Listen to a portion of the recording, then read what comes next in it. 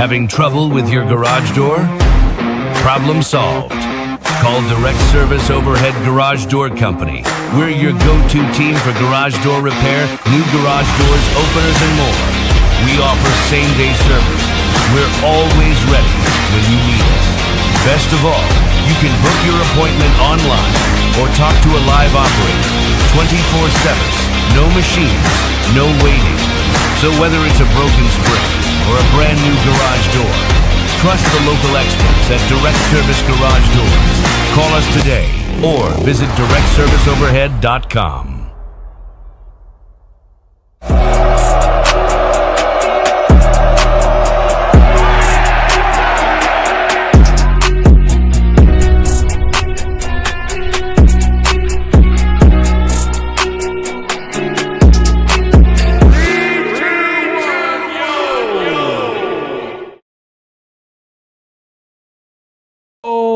What's going on, everybody? Welcome to the Arkansas Kentucky postgame show here on Tuss Talk with Ty. Make sure as you guys are hopping in. I know we're not super thrilled with what we saw tonight from the Razorbacks, but hey, don't take it out on us. Just hit the like button. Make sure you share the content and subscribe if you haven't already. I'm trying to get links out here. It's my bad. All right. So, yeah, this is First off, before we get going too far, shout out to Patreon supporters. Appreciate each and every one of you. Again, this is all made possible thanks to you guys, to Patreon supporters, whether you're $4 status, $8 club member, or legendary status.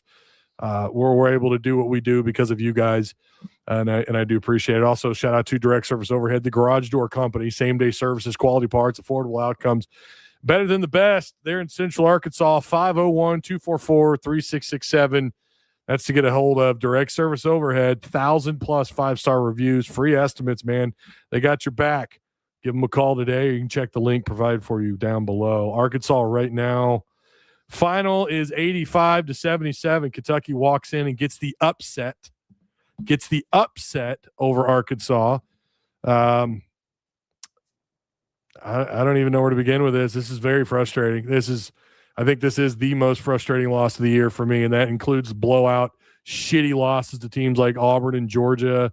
This is just – it sucks, Tim. Give me your first impressions, man. I mean, first impressions of what? Was I supposed to be watching something there? Because if that was supposed to be a basketball game, all I saw was a bunch of refs trying to make a name for themselves. That was absolutely terrible. The thing is, if you have 6 or 7 technical fouls in a game, then you did an absolute trash job of reffing the game, period. It's out of control. You did a bad job. It wasn't a basketball game, and that's 1,000% on the referees.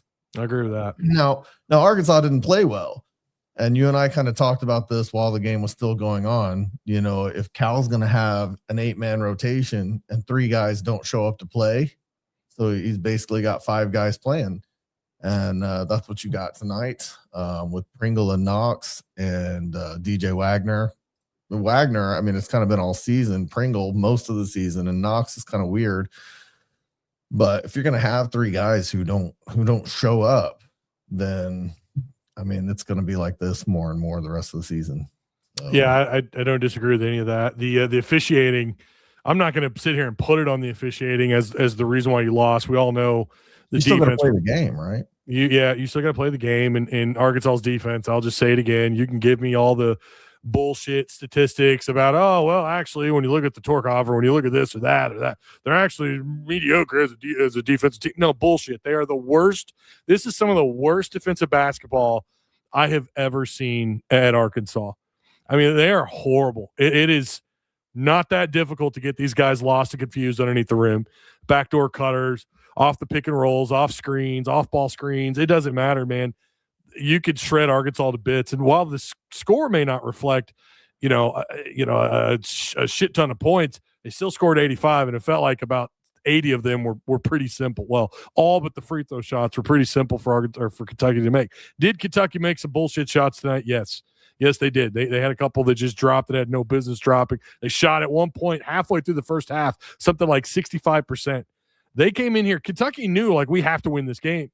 Pope couldn't go 0-2. Pope couldn't go 0-2 versus Cal. And Kentucky knew they needed this win against a ranked team, against a quad one Arkansas team. This is how you prove, you know what, maybe, I don't know, Kentucky isn't as bad off as everybody thought they were. I said coming into the year, I said that roster, it's a $22 to $25 million roster, man. Look at who they didn't have playing tonight, including not having a point guard. Right. And they took you to task. Arkansas is bullshit on defense, dude. I hate watching them play defense. This is the most one-and-done ass team I have ever seen. It's crazy because they are so good on the offensive end of the floor. You one-on-one, ISO ball against Acuff, sometimes Malik, it's impossible. Sometimes you can get Ewan going. Brazil could knock down shots outside. He's a good stretch four-piece. Okay, that's great. They've got all the pieces on offense. Defensively, this team is garbage. Stop doing the actually. I don't give a shit about anything else. Your defense is garbage, man.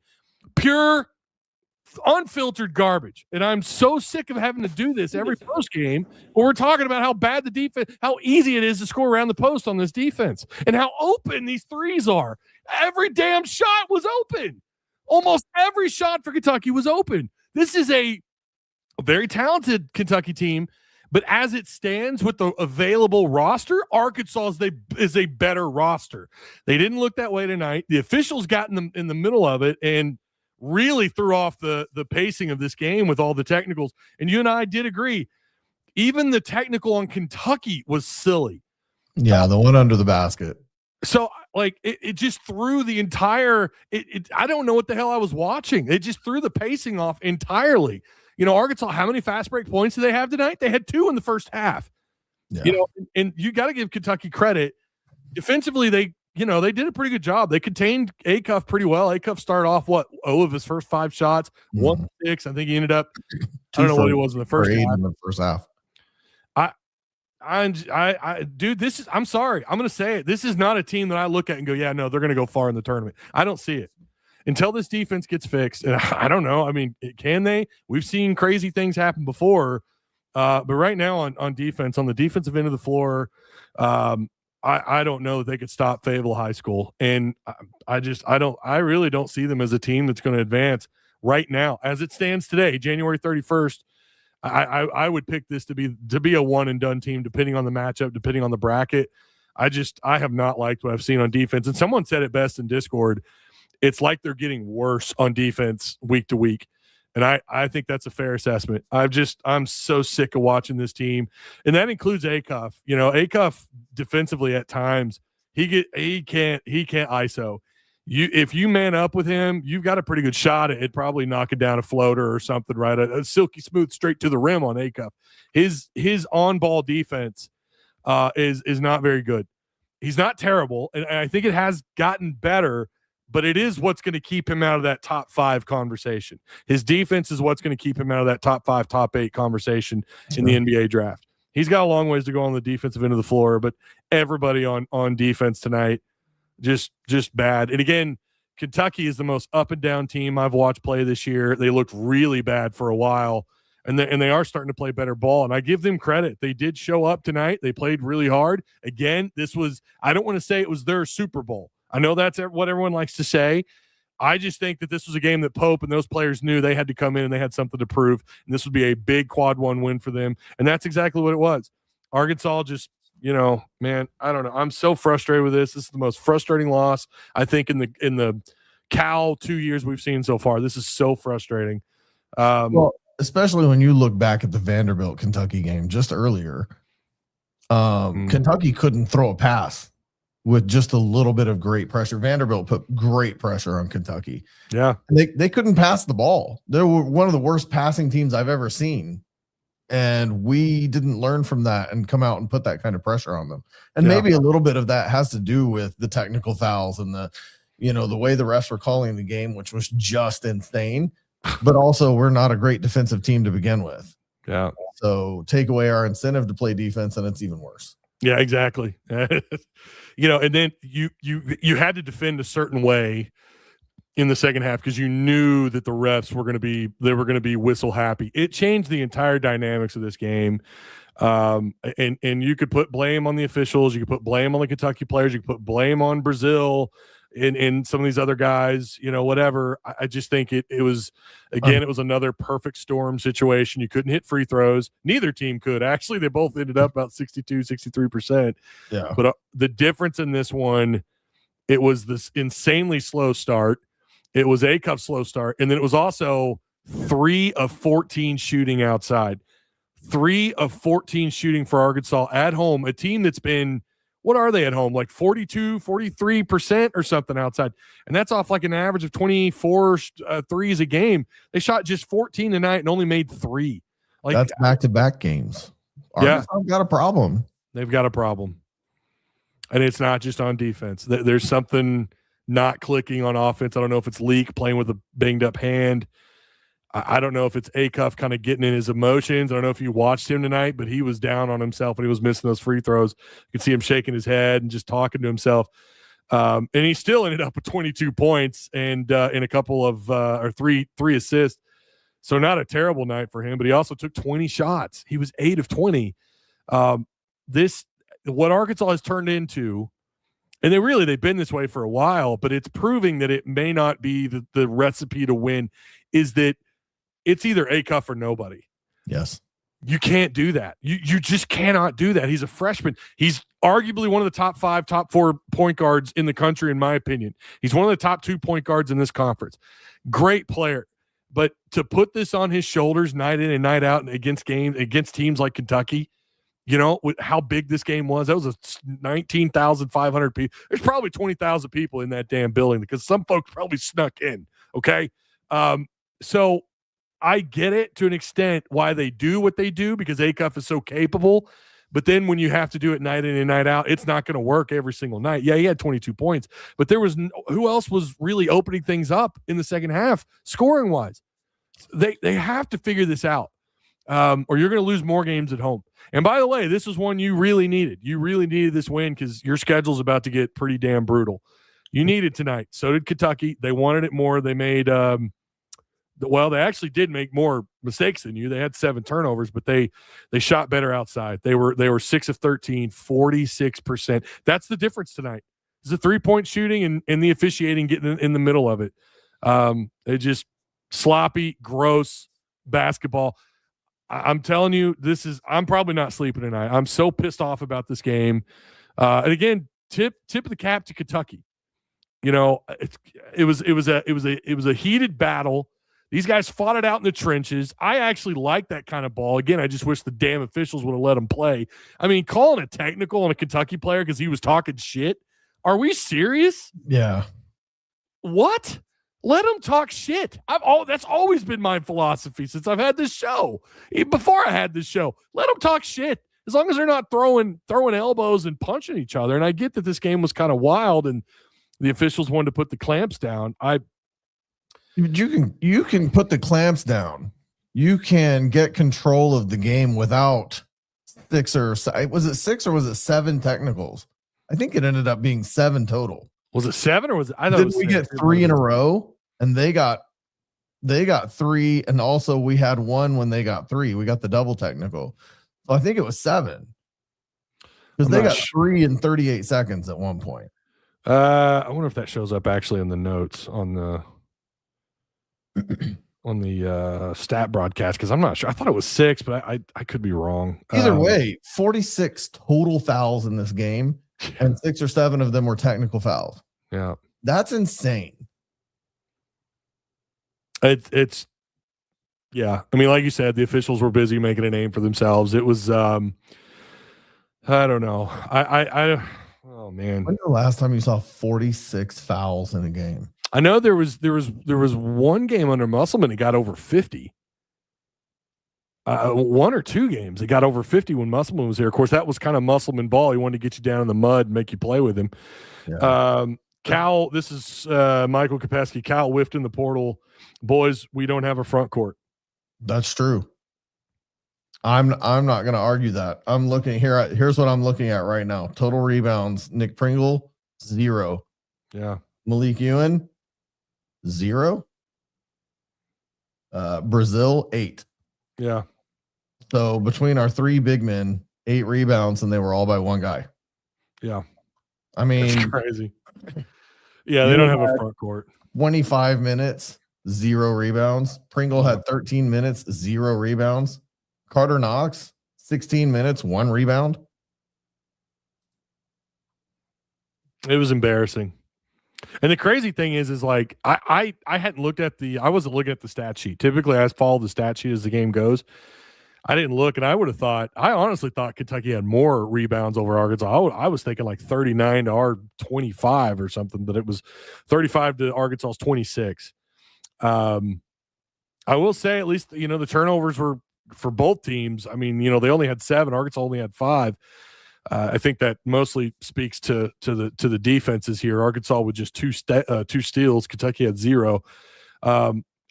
This is one of those I wish we could play again. Get the officiating out of the damn way and let them play again. I'm not saying Arkansas would win it. I'm just curious. It just feels like this game got messed up by officiating. And again, I'm not suggesting that Kentucky only won because of officials. No. Their offensive play was fantastic in the first half. They just were not missing shots. It was crazy. And some of that carried into the second half. Arkansas couldn't get a stop. But I still wonder, had we not had any technicals in this game, not so many damn foul calls, allow these two teams to play at their pace, because both these teams score in transition really well. They're both good teams that can score quick. They can score those fast break points. And it just felt like this officiating just would not let that happen. I would like to see this played again. Maybe they'll meet up in the SEC tournament. I don't know at this point that I would take Arkansas in a rematch on a neutral floor, because their defense is absolute, pure, unadulterated shit. Arkansas's defense is embarrassing. I hate watching these guys play defense. I hate it. I'm telling you. And I know I'm going to catch some flack for this. I don't really give a shit. I'm so angry watching them play. And even on the offensive end of the floor, there are several possessions where I'm like, what? Acuff had a one turnover that was just so silly. He's passed the ball when nobody's looking for it. And I get it. He's a freshman playing point guard and in a big game. He's not going to be perfect. I understand that. But there were some possessions on offense as well that were just kind of mind-boggling. He's gotten in the habit of leaving his feet and then trying to find someone to throw it to. Yeah, I don't think he did a lot of that early, but most recent games, he's done that several times. That's a very good observation. You're exactly right. I'm seeing that too. It's exactly right. And I think both his turnovers were a result of that tonight. I don't know, man. I think it's a mix of being pretty young, having, Leak and Thomas in a game like this. And it's not, again, both of them played pretty well. Leak, of course, he caught foul trouble early and he set out, which also had an impact on this game. Calling those 2 early timeouts in the first, 5-6 minutes of the game, that had an impact. It's a perfect storm. Here's my question. Who goes on and has a better season from this point on, Arkansas or Kentucky? I mean, they're on the upward trend and we're not. So from here forward, Kentucky probably is poised to have a better season, especially if they get Acquaintance back. I think so too. They're outside of that Vanderbilt game for them. It certainly seems like they're finding their rhythm. Now, they are wildly inconsistent, and at times they've looked like a bottom 6 SEC team, especially in non-con play. But lately they're figuring it out, and they're doing this again especially without a point guard and some key pieces. I mean, that's what's so frustrating for me. Again, roster side by side as it is now, Arkansas is better in terms of just like the raw talent on the floor. I think they're better. Now, if they had those pieces back, yeah, Kentucky's got the better roster. After all, they spent $22 million on the roster. Of course it's better. Meanwhile, Arkansas is trying to juggle, basketball and football and trying to get all this fixed. Not that Kentucky isn't, but we've certainly had our rumored to have money issues, and then we don't. You kind of wonder where they're going to split that between basketball and football moving forward. But Arkansas had the money, and they put together a really damn good roster. It's just like you guys said, there's no front court here, and for that reason, I'm telling you right now, if you're asking me to lay money down, how far does Arkansas go in the tournament, dude? To me, it does depend on the matchup. They look like one and done, and I don't know. It depends on who you play and the bracket you're in. I get it. I'm not impressed. In my opinion, I've watched a lot of SEC ball this year. Arkansas, to me, they strike me as one of the, if they're not the worst, they're one of the bottom 3 defensive teams in this conference. And it's just unfortunate, and it's going to hold them back moving forward. Now, the crazy thing is the offensive talent they have is going to be good enough to carry them across the finish line more this year. I don't think anyone should hit, oh my God, panic button. It's over. And this could change, as I've preached over and over. Like right now, it's not to say they can't do something. Maybe one of these guys pull their heads out of their asses in the front court. Maybe we finally figure something out around the post and under the rim, and we contest more shots outside. Maybe they fix it. I don't know what that is yet. Maybe you do, or maybe someone in chat does. But until that happens, I'm just not impressed with Arkansas. I'm just not, outside of what they can do on the offensive end of the floor. It's unfortunate. And again, this was a game you needed.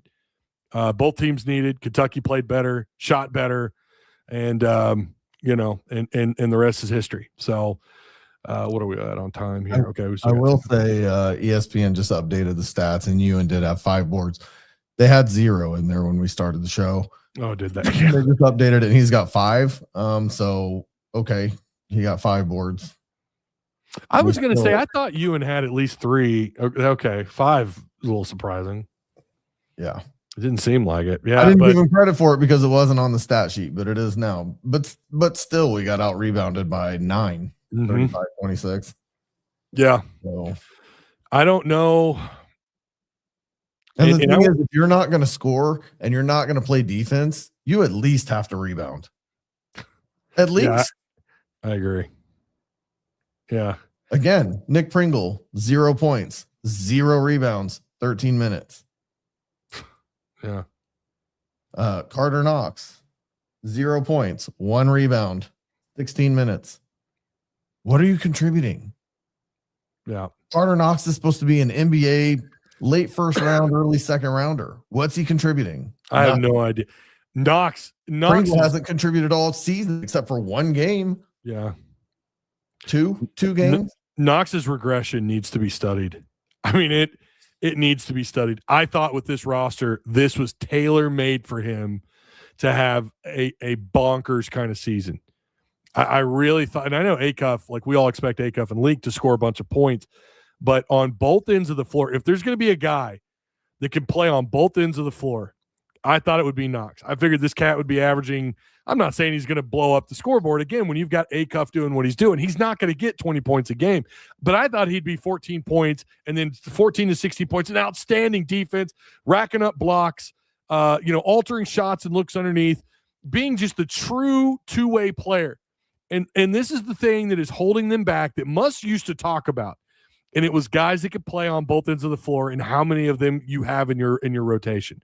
How many players do they have that can play on both ends of the floor right now? Yeah. None. There's nobody. There is nobody that's a good two-way player. Acuff is the closest. At times, Malik. At times, Richmond.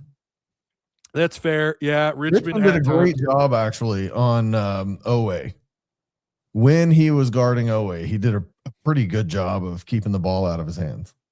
Owe did end up having an outstanding game, 24 points. I know you had some things to say about Owe tonight, but he did. I noticed that too, though. I noticed Richmond when Richmond can be a really good defender. It seems like most times, though, it's never all put together in one game. And tonight, this was as good of a game as he's had all year. I mean, 14 points. He was 6 of 8, just 0 for 1 outside, 2 of 3 at the free throw line.